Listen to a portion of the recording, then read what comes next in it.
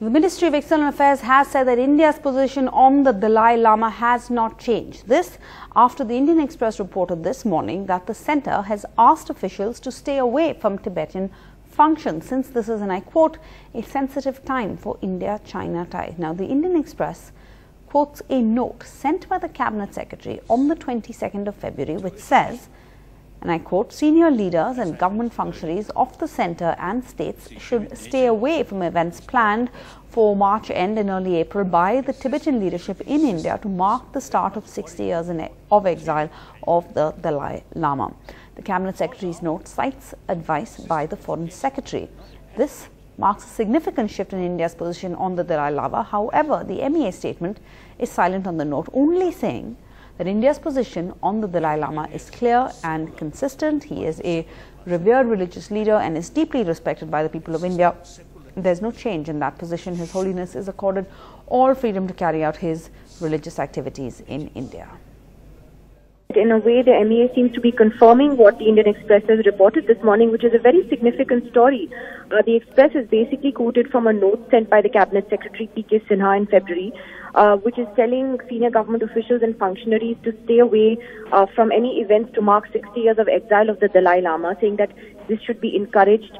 And he cites a note that was sent to him by Foreign Secretary Vijay Gokhale on the same thing, and essentially that this is a very sensitive time in India-China ties, and that Mr. Gokhale, the Foreign Secretary, had asked for a classified advisory to be issued to all ministries and government departments as well as state governments not to accept any invitation or to participate in any proposed commemorative events.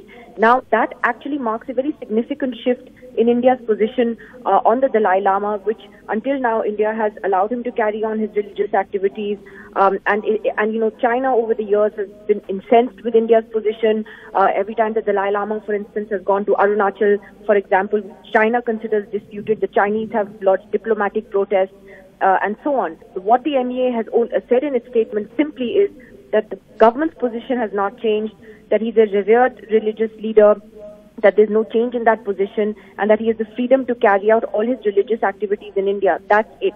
The statement does not make a reference or make any denial of the Cabinet Secretary's note, and therefore indirectly does confirm that this is indeed correct. And therefore we'd have to wait and see, is this India caving into China, which is bullying India, or is this smart diplomacy to find a very practical way to deal with a hostile neighbor?